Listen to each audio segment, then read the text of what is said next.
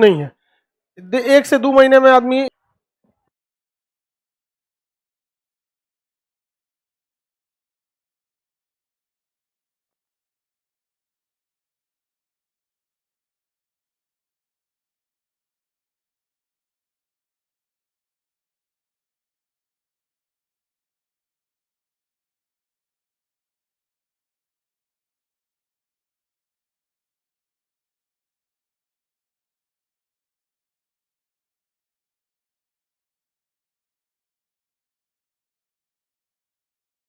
देखिए जीडीपी के बारे में तीनों बता दिए ना, नॉमिनल जीडीपी, रियल जीडीपी और पीपीपी जीडीपी। इसके बाद आता है आपका इनकम, आय, इनकम या आय, इनकम हिंदी में क्या कहते हैं, आय। किसी भी व्यक्ति को उसके श्रम के बदले मिला गया धन आय कहलाता है। चलिए ध्यान से अब समझते हैं। जीडीपी में किसी को कोई दिक्कत है? लाइव ऑनलाइन कोई भी हो, किसी को जीडीपी में प्रॉब्लम नहीं है। अगला टॉपिक आपका क्या चीज है, इनकम। जीडीपी का पीडीएफ है आपके पास, नया वाला पीडीएफ, मतलब जिसमें रियल हो, नॉमिनल और पीपीपी, वो मिल जाएगा आपको कल, ठीक है। और कल उसी में आपका इनकम भी जोड़ देंगे। इनकम जो होता है, किसी भी श्रमिक को उसके श्रम यानी लेबर के बदले जो पैसा मिलता है, किसके बदले, श्रम के बदले जो क्या मिलता है, धन मिलता है, श्रम के बदले धन मिलता है, उसी को क्या कहते हैं, इनकम, इनकम कहा जाता है। इनकम कई टाइप के होते हैं। सबसे पहला जो होता है मौद्रिक आय होता है। कौन सा है, मौद्रिक आय, मौद्रिक आय इसे कहते हैं। मौद्रिक को क्या कहते हैं, मॉनेटरियल इनकम, मौद्रिक आय। मॉनेटरियल इनकम उस आय को कहते हैं जो श्रम के बदले सीधा पैसा मिल जाए। मौद्रिक आय क्या कहेंगे, श्रम के बदले सीधा पैसा। इस क्या होता है, श्रम किया, मेहनत किया और सीधे उसके बदले क्या मिल गया, पैसा मिल गया, उसे हम क्या कहेंगे, मौद्रिक आय। श्रम के बदले हो सकता है कोई सामान भी दे दे आदमी, तो वो किस में चला जाएगा, इनकम में, मौद्रिक आय में नहीं आएगा। कभी देखते हैं ना, किसी को खेत में काम कराया, वो बदले में 1 कुंटल गेहूं दे दिए, वो मौद्रिक आय में नहीं जाएगा। मौद्रिक आय में क्या जाता है, पैसा। अमूमन आज के समय में सबको जो भी इनकम चाहिए वो किस रूप में चाहिए, मौद्रिक रूप। तो सब लोग क्या चाहते हैं, मौद्रिक आय। लेकिन मौद्रिक आय टोटल आपका नहीं होता है, इस पर गवर्नमेंट की लाइबिलिटीज को हटानी पड़ती है। लाइबिलिटी उसको बोलते हैं जिसे आपको चुकाना है, जिसे आपको अदा करना है, जिसे हम अदायगी कहते हैं। तो गवर्नमेंट की क्या लाइबिलिटी है हमारे ऊपर, हम लोगों को गवर्नमेंट चलाने के लिए, गवर्नमेंट को चलाने के लिए, देश को खर्च चलाने के लिए इनकम टैक्स देना होता है। क्या देना पड़ेगा, इनकम टैक्स। तो मौद्रिक नीति के बाद हम लोग का क्या चीज आता है बाबू, आता है आपका प्रयोज्य आय, डिस्पोजेबल इनकम। मौद्रिक आय के बाद क्या मिलेगा, डिस्पोजेबल इनकम। प्रयोज्य आय, प्रयोज्य आय, प्रयोज्य आय इंग्लिश में कहते हैं डिस्पोजेबल इनकम। कौन सा इनकम, डिस्पोजेबल इनकम। इसमें क्या होता है, किसी भी व्यक्ति को मान लीजिए 100 रुपए क्या मिला था, मौद्रिक आय मिला था। 100 रुपए तो कुछ 1 लाख लिख देते हैं, कितना मिला, 1 लाख। इसका क्या चीज है, मौद्रिक आय। अब इसमें उसके ऊपर टैक्स लगा हुआ है, क्या लगा हुआ है, टैक्स। गवर्नमेंट ने लगा दिया इसके ऊपर 10% टैक्स। तो इसका मौद्रिक आय था 1 लाख रुपया, इस पर टैक्स लग गया कितना, 10% क्या लग गया, टैक्स लग गया। तो बचा कितना इसके पास, 90,000। तो टैक्स हटाने के बाद जो पैसा बचता है उसे हम क्या कहते हैं, डिस्पोजेबल इनकम। यही डिस्पोजेबल इनकम किसी के भी काम में आता है। डिस्पोजेबल इनकम अगर है तो आपका क्या कहलाएगा, व्हाइट मनी। ये क्या चीज है, व्हाइट मनी। और ये क्या है, ब्लैक मनी। ऐसा मत सोचिएगा कि कभी अखबार में सुनिएगा कि इसके पास ब्लैक मनी पकड़ा गया तो वो चोरी डकैती या फिर क्रिमिनल के तौर पे पैसा लाया है, नहीं, उसने मेहनत से कमाया है। लेकिन मेहनत के कमाने पे टैक्स बहुत ज्यादा लगता है। कोई अब जैसे 1 करोड़ जिस दिन आप कमाइएगा ना, जिस दिन आप 1 करोड़ कमाइएगा उस दिन आपको कैसा 30 से 35 लाख रुपया टैक्स में गुजर देगा सब। और अगर जीएसटी ले रहे हैं हम लोग की तरह तो आपको 50% ले जाएगा आपका, एकदम कंफर्म ले जाएगा आपका। 18% शुरुआत में जीएसटी ले जाएगा और उसके बाद से बचा हुआ 30% इनकम टैक्स, 10% सरचार्ज, शेष कई सारा नियम जोड़ जाड़ के उसको लगभग 35% नेट वैल्यू लाता है। नेट कितना ला देता है, 35%। और ये कितना हो जाता है, 18%। ओवरऑल लगभग कितना ले गया, 50%। अब ये बताइए जिस दिन आप पर 1 करोड़ रुपया कमाइएगा और उसके बाद सरकार क्या करेगी, आपसे 50 लाख वापस लेगी, आपको अच्छा लगेगा? हाँ नहीं। दिक्कत यह है कि 1% लोगों से ही बस क्या लिया जाता है, इनकम टैक्स। 1% लोग से क्या लिया जाएगा, इनकम टैक्स। हालांकि बहुत सारे ऐसे देश हैं जो इनकम टैक्स को हटा दिए हैं, जिससे कि काला धन का समस्या ही खत्म हो गया। अब भाई कोई भी, अब एक से एक सीए बैठा हुआ है सब, एक से एक लॉयर बैठा हुआ है सब, 10 लाख रुपया दे दीजिएगा ना तो आपको 50 लाख बचा देगा। समझ में आया कि नहीं आ गया? वो खर्चा दिखा देगा उल्टा सीधा कई जगह पे, तो बहुत सारा चोरी हो जाता है इसमें। वकील, इसीलिए सीए का काम क्या होता है, चार्टर्ड अकाउंटेंट, यही सब तो काम देखता है सब, कितना कितना उलझा देना है। अगर कोई चार्टर्ड अकाउंटेंट बोल रहा है 1 रुपया, तो मतलब समझ रहे हैं, उन लोग का कोड होता है। मतलब बड़े बड़े बिजनेस में देखिएगा ना, कोड होता है। एक कोड होता है रुपया और एक कोड होता है पैसा। रुपया और एक कोड होता है पैसा। रुपया जब भी बोलेगा मतलब वो करोड़ की बात कर रहा है, अब पैसा जब भी बोले तो लाख की बात कर रहा है। 1000 वाले को तो देखबो नहीं करता है, ऐसा क्या है, 2-4 हजार को वैसे हटा दो इधर, कोई इससे क्या देखेगा। तो जब भी कोई कहे कि 5 रुपया का थोड़ा सा ट्रांसफर करना है, तो कितना भेजेगा, 5 करोड़ भेजेगा। तो कहेगा 5 रुपया तो नहीं हो पाएगा, 3 रुपया 40 पैसा हो जाएगा। कितना भेज दिया, 3 करोड़ 40 लाख भेज दिया। ये सब क्या चीज है, कोड। और गुंडवा सब सोच रहा है वो अलग कोड यूज करता है, 4 खोखा दो बेटी, ऐसे टाइप का यूज करता है सब। तो अपना अपना क्या रहता है, कोड रहता है। अलग अलग देश में अलग अलग टैक्सेशन सिस्टम है, लेकिन कई ऐसे देश हैं जो टैक्स सिस्टम को हटा रहे हैं। ये जो इनकम टैक्स लगा दिया है, कितना परसेंट, 10%, इसको हटा रहे हैं सब। भारत में इनकम टैक्स 30% है। कितना परसेंट है, 30%। मतलब कुछ सर्टेन अमाउंट तक कम कमाइएगा तो कितना परसेंट है, 10%, और ज्यादा कमाएंगे तो 30%। समस्या क्या आती है टैक्स चोरी करने का? 2 रीजन, कि एक टैक्स का स्लैब बहुत ज्यादा है, 30% के बाद भी गंगा के सफाई के नाम पर शेष ले लीजिए, बूढ़े लोगों के शिक्षा के नाम पर शेष ले लीजिए, काहे ज्यादा कमाया इसके नाम पर सरचार्ज काट लीजिए। तो एक तो वो बेचारा अपने आप को ठगा हुआ महसूस करने लगेगा, जो ज्यादा मेहनत से कमा रहा है। अंबानी को समझ रहे, 50,000 करोड़ रुपया तो टैक्स से दिया सब, 50,000 करोड़, इतना इतना टैक्स दे देता है सब। तो एक ये होता है। दूसरा, कितना भी टैक्स दे दो गवर्नमेंट आपके काम में नहीं आएगी कभी, सबसे बड़ा ये दिक्कत होता है। आपको अगर बुखार से मर जाइएगा ना, आप करोड़ों रुपया टैक्स दीजिए, आपको कोई नहीं पूछेगा, जो करना पड़ेगा खुद से करना पड़ेगा। एक ये समस्या हो जाती है। आगे बढ़ जाए तो बाकी देश टैक्सेशन सिस्टम को क्या करना चाह रहे हैं, हटाना चाह रहे हैं। आप कहेंगे तब कमाएगा कैसे? देखिए, 99% लोग इनडायरेक्ट टैक्स देते हैं, इनमें कोई दिक्कत नहीं है। जो 1% लोग टैक्स है वो इनडायरेक्ट भी देते हैं और डायरेक्ट भी देते हैं। इस ससुरा पता चल जाता है, और ये इसलिए दिक्कत करता है क्योंकि ये बहुत ज्यादा लगता है, और सारा काला धन जो है वो इसी के लिए है, इस पे नहीं है। क्योंकि ये आपके सामान पे लग जाता है। कलम खरीदे 5 रुपया का, उस पर 10 पैसा टैक्स लगा हुआ है, आपको पता ही नहीं चलेगा। आप 10% 20% टैक्स देते आ रहे हैं, आपको पता ही नहीं चलेगा। कुछ खरीदिए उस पर लगा ही हुआ है, मोबाइल खरीदिए लगा है, लैपटॉप खरीदिए, बैग बस्ता आटा चावल कुछ खरीदिए, सब पे क्या हुआ है, लगा हुआ है। तो पता नहीं चलता, क्योंकि ये सब चीजें है ना डेली यूज की चीजें, और डेली थोड़ा थोड़ा थोड़ा थोड़ा देने पे पता नहीं चलता। बहुत सारे विकसित देश हैं, वो उन्होंने क्या कहा है कि जो 1% का इनकम टैक्स है, 1% ही लोग देते हैं, और इतना ज्यादा दे देते हैं कि उन लोग के अंदर लालच आ जाता है कि 1 करोड़ टैक्स देने से अच्छा है 20 लाख रुपया हम किसी वकील और सीए को देंगे, वो हमारा 1 करोड़ के जगह पे 30 लाख में निपटा देगा, 50 लाख क्या कर देगा, बचा देगा। तो उसी पे बातें होता है, परसेंटेज होता है। देखो भैया हम तुम्हारे जितना बताएंगे उसका 10% हमको चाहिए। तो कोई भी कहेगा भैया 30% से अच्छा 10% तुम ही रख ले, 20 तो बच जाएगा उसका। और रीजन क्या है कि वो ब्लैक मनी जो है केवल इसलिए ब्लैक हो गया है कि उसने क्या नहीं दिया है, टैक्स। लेकिन दिमाग में क्या भर गया है लोगों के, ब्लैक मनी मतलब चोरी उरी से पैसा लाया है। क्या ब्लैक मनी चोरी वाला पैसा होता है? टैक्स नहीं दिया रहता। विकसित देश क्या कर रहे हैं, एक नया टैक्स ला रहे हैं। उसका काम कौन सा टैक्स है, पर ट्रांजैक्शन टैक्स, पीटीटी, पर ट्रांजैक्शन टैक्स। ये बहुत नॉमिनल रहेगा, पर ट्रांजैक्शन टैक्स आपका बहुत नहीं। जब भी आप पैसा ट्रांसफर कीजिएगा, मतलब किसी चीज के बदले बिल पेमेंट कीजिएगा, उस पर 10 पैसा 20 पैसा टैक्स काट लेगा, पता ही नहीं चलेगा।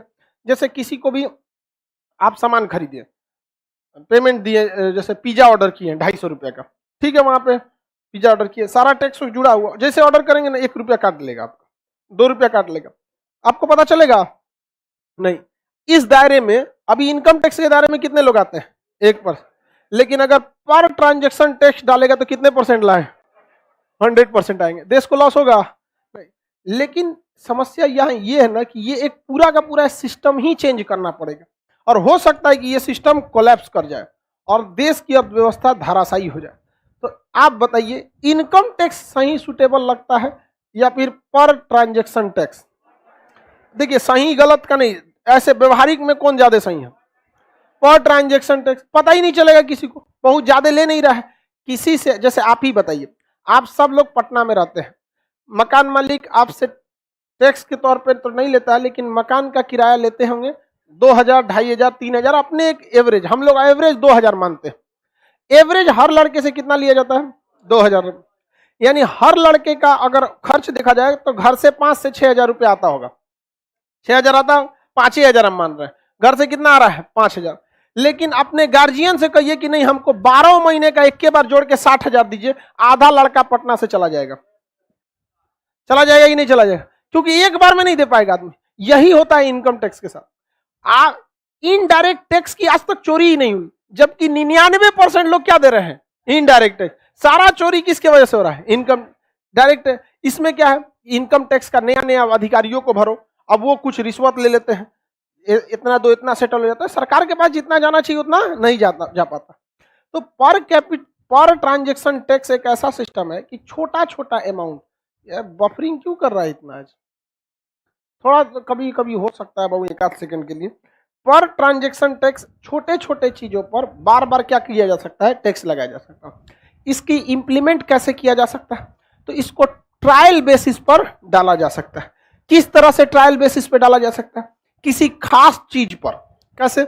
जैसे मोबाइल हर इंसान खरीद रहा है, इनकम टैक्स को रहने दीजिए, लेकिन मोबाइल वाला चीज को किस में डाल दीजिए? Per transaction tax. अब इससे देखिए कि क्या उस मोबाइल वाले सिस्टम पे सक्सेस हुआ या नहीं हुआ।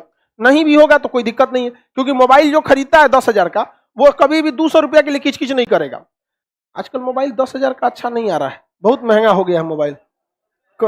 हाँ, और सब हमारा देखो 11,000 का मोबाइल है और 2016 का है, अभी तक एकदम फर्स्ट क्लास चल रहा है।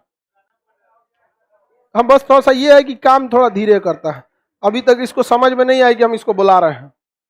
अभी इसको खूब अच्छा से 2-4 बार 10 बार दाब देंगे तो आप सुन लिया है। हाँ क्या हो जरूरत तो लग रहा है इसमें तो इस पर ट्रांजैक्शन टैक्स को पूरे देश पर एक बार थोप देना चाहिए या किसी 1-2 सामान पर चेक करके, और उस सामान को उसी पे थोपिए जिसको अमीर लोग वेयर कर सकते हैं, इजीली अफोर्ड कर सकते हैं। जैसे कोई लग्जरियस आइटम हो गया, विदेशी फूड वाला कुछ भी हो गया, KFC हो गया, या फिर ये सब बड़ा बड़ा चीज हो गया। तो धीरे धीरे एक 5 से 7 साल का टारगेट रखना चाहिए कि कुछ चीजों से इनकम टैक्स को हटा के किस में डाल देना चाहिए? PTT पे। और धीरे धीरे ट्रांजिट करके अचानक होना चाहिए। हमारे देश का नेता एगो तो इसको लाएगा नहीं, लाएगा तो अचानक लेके चल आएगा अचानक लेके चलाएगा, दिक्कत होगा कि नहीं होगा? आगे बढ़ जाए तो PTT समझ में आ रहा है क्या होता है? पर ट्रांजैक्शन टैक्स। आपको पता चलेगा? नहीं पता चलने वाला। ट्रांजैक्शन जैसे जैसे करते रहिए टैक्स, और इससे 1 रुपया चोरी नहीं होगा, एक भी चोरी नहीं होगा, और ज्यादा टैक्स ला देगा। क्योंकि किसी के पास 1 करोड़ रुपया है, आप उस पर 30% इनकम टैक्स मार दिए, उसके पास कितना बचा? 70 लाख बचा। उसको कितना दिक्कत हुआ, उस बार बार गरियाएगा हमारा 30 लाख चल गई, 30 लाख डायरेक्ट ले गया। देखो बात यहाँ ये है ना कि आप कितने गलत है ये मायने नहीं रखता है, पता कितना है लोगों को आपके बारे में ये ज्यादा मायने रखता है। समझ में आ गया नहीं आ गया है? नहीं तो तू लोग ऐसा कांड किया है लोग कि पता घर वालों को चल जाएगा तो आजे भगा देगा नहीं समझ में आ गया? तो बस वैसे ही इनकम टैक्स में भी होता है, इनडायरेक्टली कितना लिया है किसी को पता ही नहीं चलता है, लेकिन डायरेक्ट कितना ले लिया है। अब बताओ 1 करोड़ में से इसको कितना ले लिया है? इसके पास 70 लाख बचा है, इसके लिए नहीं होगा उसको दिक्कत, कहेगा कि कमाए तो हम 1 करोड़ थे ना, 30 लिया। अब देखिए, एक तो गवर्नमेंट के नजर उसके लिए गवर्नमेंट खलनायक बनने लगा, दूसरा हो गया कि अभी उस 70 लाख बचा, इस पर उसको टैक्स नहीं देना। लेकिन जब हम PTT लाएंगे, पर ट्रांजैक्शन टैक्स, तो बताइए ये 1 करोड़ रुपया आज नहीं तो 10 साल बाद या 100 साल बाद या जब भी है, कभी ना कभी तो खर्च करेगा, करेगा कि नहीं करेगा। और पर ट्रांजेक्शन टैक्स ले लेके हम उस पर 100% पे टैक्स लगाएंगे। और अभी कितना लग रहा है? हाँ 30%। और इससे रोजगार भी लगेगा, सब चीज हो सकता है यहाँ पे। तो एक नए सिस्टम को सबके साथ होता है क्या ये? हाँ पेमेंट किसी पे भी सक्सेस हो सकता है, कैश पे तो कोई भी चीज, छोटी चीज, आजकल तो छोटे चीज को ना कैश में ले सकते हैं, बड़ा चीज तो वैसे भी आदमी ऑनलाइन से ही लेता है। आगे देखते हैं हम लोग। तो देखिए टैक्स जो होता है ये टैक्स, इसको अगर आप क्या कर देते हैं, घटा देते हैं, तो आपका इनकम क्या हो जाता है? उसे को क्या कहते हैं? Disposable income. यही डिस्पोजेबल इनकम क्या कहलाता है? White money. ये कौन सा मनी है? ये कौन मनी है? Black money. आप जितना कमा रहे हैं उस पर टैक्स नहीं दिए हैं तो क्या हो जाएगा? किसी इंसान के पास खेत है 100 बीघा, उससे वो साल भर में 10 लाख रुपया कमाया, 1 रुपया टैक्स नहीं दिया, वो 10 लाख इसका क्या हो जाएगा? मौद्री का। टैक्स नहीं दिया तो क्या परियोजना बनेगा? नहीं बनेगा। बताइए क्या उसका इनकम ब्लैक मनी हुआ कि नहीं हुआ? लेकिन सरकार कहती है खेती पर हम टैक्स लेंगे ही नहीं, तो किसान कहेगा तब लेबे नहीं करेगा तो हम डिस्पोजेबल इनकम बनाएंगे कहां से? उसका वो ब्लैक मनी नहीं होगा। जिस पर टैक्स है उसी पर क्या करना पड़ेगा? लेना पड़ेगा। इसके बाद आता है आपका रियल इनकम। कौन सा income? Real income. Real income Hindi में क्या कहेंगे इसको? वास्तविक। हिंदी में बोलिए बाबू क्या कहेंगे? आज पूरा डिस्टर्ब हो गया ऑनलाइन वाला, टेक्निकल फेलियर की वजह से ही क्लास डिले हुआ था बाबू। नेटवर्क इशू कभी कभी ऐसा आ जाता है ना, पूरा क्लास में डिस्टर्ब कर देता है। आप लोग के में मोबाइल में कभी कभी होता होगा, 1 आध मिनट की बात रहे तो चल जाती है, कभी कभी आधा 1 घंटा डिस्टर्ब कर देता है, इस वजह से दिक्कत हो जाता है कभी कभी। रियल इनकम होता है कि आपके ऊपर कई सारी देनदारियां रहती हैं, लाइबिलिटी रहती है। आप क्या लिए रहते हैं? कर्ज लिए रहते हैं। क्या लिए रहते हैं? कर्ज। तो जब आप अपने डिस्पोजेबल इनकम में से क्या घटा देते हैं? कर्ज, तो वो क्या बन जाता है? Real income. इसका डिस्पोजेबल इनकम कितना था? 90,000। कितना था? 90,000। और इस ससुराल से मान के चलिए अपने क्या लिया था? कर्जा लिया था। लड़का ब्याह के बाद अक्सर ससुराले से कर्जा लेता है। एगो तो दहेज लिया, उसके बाद ससुराल से क्या लिया? कर्जा लिया, और उसका ससुराल में शान से घूमेगा, दामाद है। अरेंज मैरिज का इतना फायदा है जाए ना तो नहीं, लव मैरिज में कर्जा मांगने आएगा वो सुना देगी, कंची आरबीआई समझे का हमारे पापा को? हाँ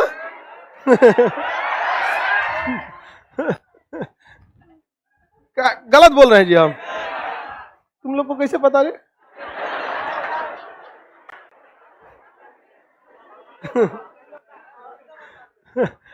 आगे देखते हैं हम लोग। बताइए लड़का सब को पता है कि नहीं ये लव करेगी सब लड़की। तो इस ससुराल से कितना कर्जा लिया था? 10,000। तो इसका इनकम कितना बच गया? 80 है। बताइए इसका रियल इनकम कितना हो गया? रियल इनकम 80,000 हो गया। इनकम कितने टाइप का? सबसे पहले जो कमाए वो मौद्रिक आय, दूसरा परियोज्य आय, और तीसरा वास्तविक आय। इंग्लिश में monetary income, disposable income, real income. सबसे लास्ट में क्या बचता है? अगर कोई ऐसी चीज में काम कर रहा है जिस पर कोई भी टैक्स नहीं है, जैसे खेती, पशुपालन इत्यादि पर टैक्स है? नहीं, टैक्स नहीं है। याद रखिएगा इनडायरेक्ट टैक्स है उस पर भी, इनडायरेक्ट टैक्स उस पर भी है, लेकिन डायरेक्ट टैक्स नहीं है। तो कितना खुश रहता है कि अरे हमारे पे तो टैक्स नहीं है, अरे तुम्हारे पे है, इनडायरेक्ट वाला है। तो अगर जैसे खेती है, बताइए खेती जो है वो उस पर क्या टैक्स लगता है? नहीं। और किसान ने अगर कहीं से कर्जा नहीं लिया है तो जितना उसने मौद्रिक आय कमाया वही उसका क्या बन गया? Disposable income. और टैक्स नहीं है तो वो बन गया डिस्पोजेबल। किसी से कर्जा नहीं लिया तो वही क्या बन गया? रियल इनकम हो गया। इनकम का कहानी समझ में आ गया?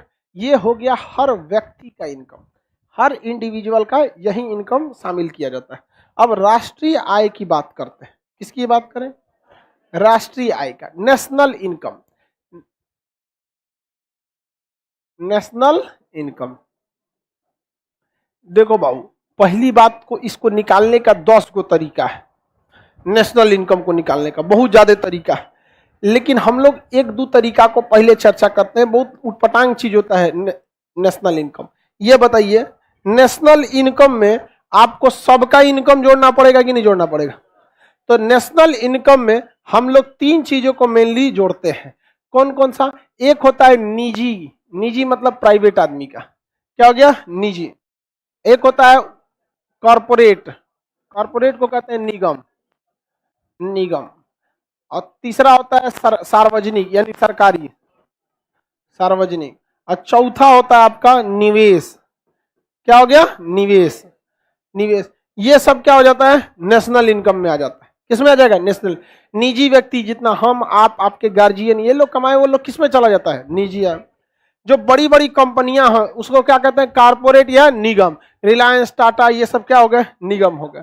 सरकारी कंपनी है, सरकार को पेट्रोल बेचकर, गैस बेचकर जो इनकम होता है वो क्या हो गया? सार्वजनिक है। आप जमीन लिखवाने जाइएगा वहां चार्ज ले लेता है, रजिस्ट्री का ले लेता है, वो क्या हो जाता है? सार्वजनिक आय हो जाता है। और निवेश, बड़ी बड़ी कंपनी या विदेशी आदमी आके पैसा निवेश किया तो क्या हो गया? निवेश हो गया। तो ये सारे चीजें किस में आ जाते हैं? नेशनल इनकम में आता है। किसमें आता है? नेशनल। नेशनल इनकम को गिनने के तीन चार तरीके हैं। भारत में दो तरीके का प्रयोग किया जाता है, हालांकि दुनिया में कई तरीकों से प्रयोग किया जाता है। पहला होता है उत्पादन विधि। कौन सा? उत्पादन विधि। पहला विधि का नाम क्या है? उत्पादन विधि। दूसरा विधि का नाम है आय विधि। क्या है? आय विधि। पहले का नाम है आय विधि, आय विधि। दूसरा का नाम है उत्पादन विधि। आय विधि तो आप समझ में आ गया। आप कैसे समझ में आया? निजी व्यक्ति का आय जोड़ दीजिए, सार्वजनिक बड़ी कंपनियों का आय जोड़ दीजिए, सरकारी आदमी का आय जोड़ दीजिए, निवेश जोड़ दीजिए। वो किस विधि से जुड़ जाएगा? किस विधि से? आय विधि से। ज्यादातर भारत में किससे गणना किया जाता है? आय विधि से। दूसरा होता है उत्पादन विधि। कौन सी विधि? उत्पादन विधि। क्योंकि जब आप किसी चीज का उत्पादन करेंगे तो कहीं ना कहीं से आपको तो इनकम आएगा ही आएगा। तो इनकम जो होता है वो उत्पादन पे भी डिपेंड करता है, चाहे आप वस्तु का उत्पादन कीजिए या सेवा का। यहां हम किसी वस्तु का उत्पादन कर रहे हैं या सेवा का? हाँ, सेवा। तो आप कहीं से भी इनकम कीजिए, उसकी इनकम के पीछे कहीं ना कहीं आप किसी ना किसी चीज का उत्पादन किए होंगे कि नहीं किए होंगे? या तो आप वस्तु का किए होंगे और नहीं तो सेवा का। आप कल को आपका सिलेक्शन हो जाता है, आप बन जाते हैं कहीं अधिकारी, तो आप वस्तु का उत्पादन थोड़े करेंगे, पब्लिक का हेल्प करेंगे, क्या हो जाएगा? सेवा हो जाएगा। तो कहीं ना कहीं जो आय है वो आया कहां से? उत्पादन से। यानी अगर हम उत्पादन का भी सही सही आंकड़ा निकाल ले तो हम इनडायरेक्टली कहां पहुंच सकते हैं? आय से नहीं पहुंच सकते हैं। अगर हम किसका सही सही आंकड़ा निकाल ले? उत्पादन का, तो हम किस पे जा सकते हैं? आय पर। बताइए आय गणना विधि में कितने चीजों को शामिल करते हैं? चार। निजी व्यक्ति का आय, निगम का आय, सार्वजनिक आय और निवेश। निवेश समझ में आ गया कि नहीं आ गया? वो भी क्या हो जाता है? इनकम हो जाता है। निवेश वाला चीज भी किस में आ जाता है? इनकम हो जाता है। लेकिन हम इनकम का आंकड़ा क्या उत्पादन के आधार पर लगा सकते हैं? हाँ, नहीं लगा सकते हैं जी। अगर सही सही पता चल जाए कि जापान देश में कितने चीजें बनी हैं, टोटल कितनी चीजें बनी हैं, तो क्या हम वहां के आय का आइडिया लगा सकते हैं? तो बताइए, उत्पादन के लिए, प्रोडक्शन के लिए आपके पास ग्रॉस डोमेस्टिक प्रोडक्ट उत्पादन भी होता है। प्रोडक्ट मतलब क्या होता है? प्रोडक्शन मतलब उत्पादन।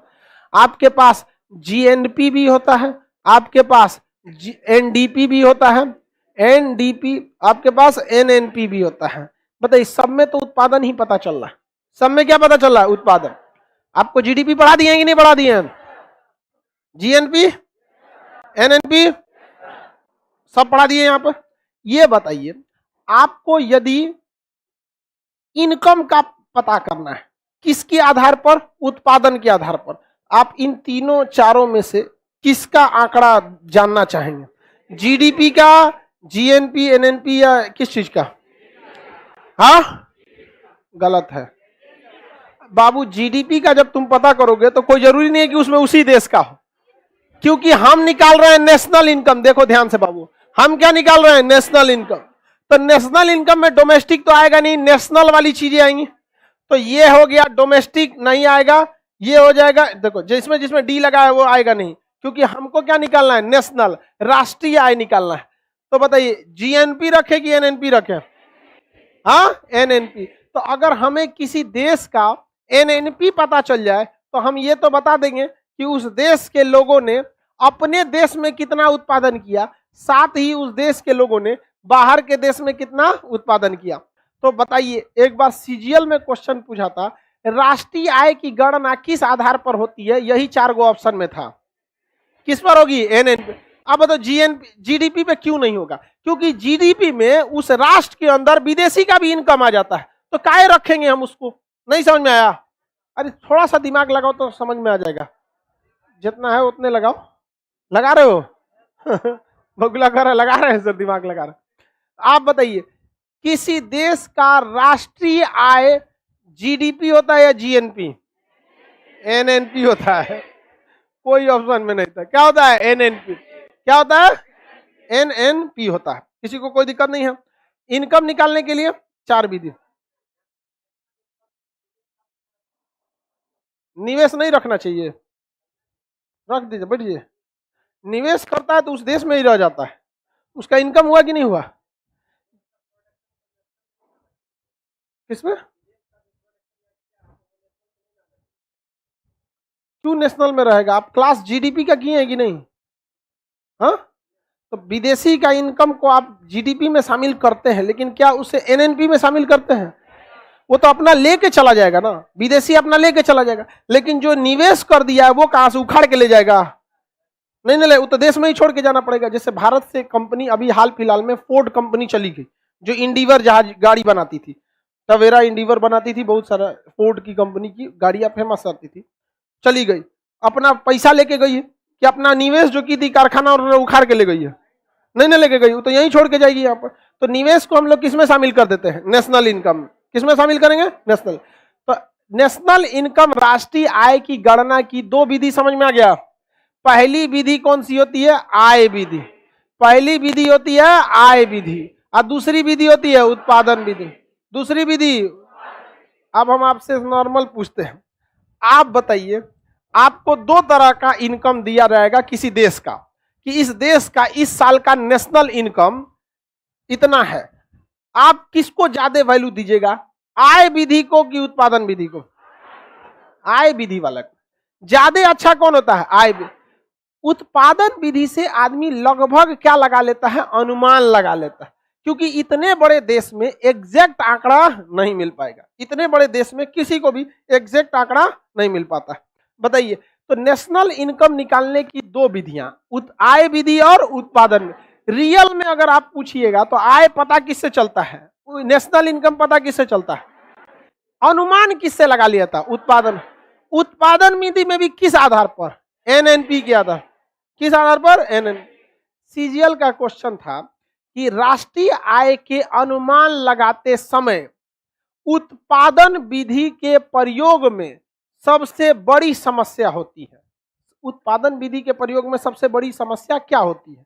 तो देखिए, उत्पादन विधि जो है इसमें तो यही 4 चीज का प्रयोग करेंगे, और ये तो सोचो एक दूसरे से सब में जुड़ा हुआ है, यानी जो समस्या इसमें आएगी वही समस्या किसमें आ जाएगी? उत्पादन विधि। उत्पादन विधि में एक के समस्या होती है, एक के चीजवा 2 बार गिना जाता है।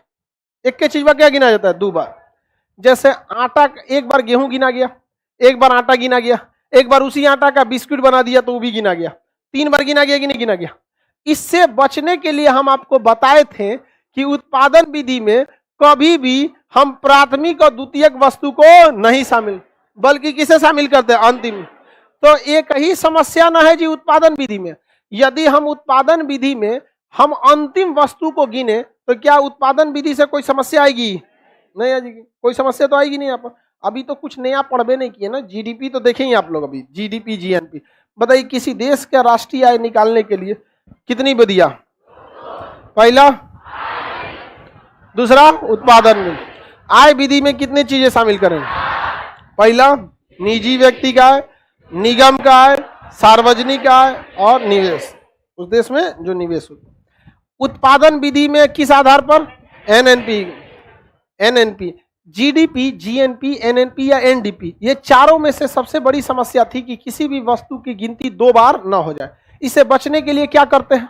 अंतिम वस्तु का मूल्य गिनते हैं। ये तो हम आपको बहुत पहले ही बता दिए थे, जब जीडीपी बढ़ा रहे थे तब।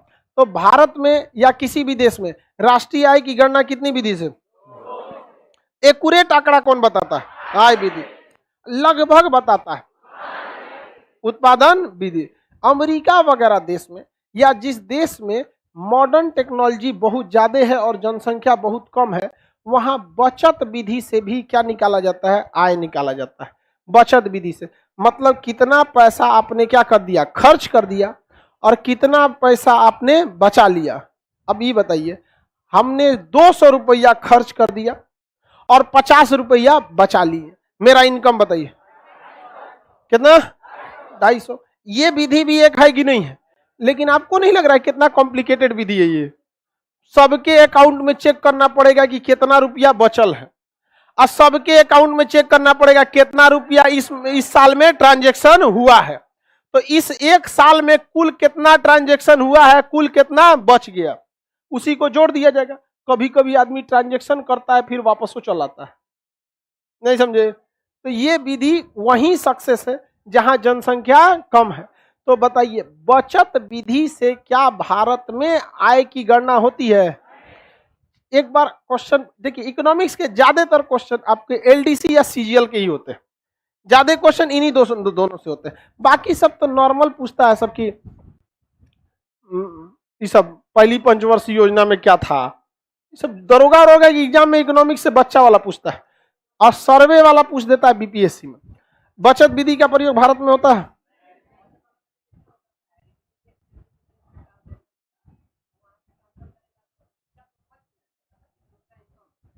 बहुत सारा समस्या रहता है उसमें। ये अमेरिका में सक्सेस है बहुत अच्छा। बचत विधि भारत में बचत विधि है। आप अर्थशास्त्री रहते तो किस पर गणना करते? हाँ, आय विधि से। अब बचत विधि से कबो मत कीजिएगा, पता ही नहीं चलेगा हमारे यहाँ। देखिए, अमेरिका में ये सक्सेस है क्योंकि अमेरिका का जो लिविंग स्टैंडर्ड है, जो कल्चर है, वहां के लोग जनसंख्या कम है, अमीर ज्यादा है, लाइफ स्टाइल बहुत खुल के जीते हैं, हफ्ता में कमाते हैं और सैटरडे को फूंक के चलाते हैं। इसलिए वहां वीक एंड होता है, हफ्ता का खत्म, वीक एंड। सैटरडे को क्या बोलता है सर? वीकेंड। सैटरडे संडे को वीकेंड। मतलब मंडे टू फ्राइडे हुमच के कमाएगा सब, और सैटरडे संडे दारू सिगरेट गांजा फूंक के एकदम भंग हो जाएगा सर। ओ माय गॉड, पूरा भंग हो गया, चला है। समझ में आ रहा है कि नहीं आ रहा है? तो बाहर वहां पर लोग खर्च भी ज्यादा करते हैं और बचत क्या होता है? कम होता है। तो वहां ये विधि क्या है? सक्सेस है। भारत में बचत बहुत ज्यादा है, कम खाएंगे लेकिन पैसा क्या करेंगे? बचा के रखेंगे। आगे बढ़ जाए।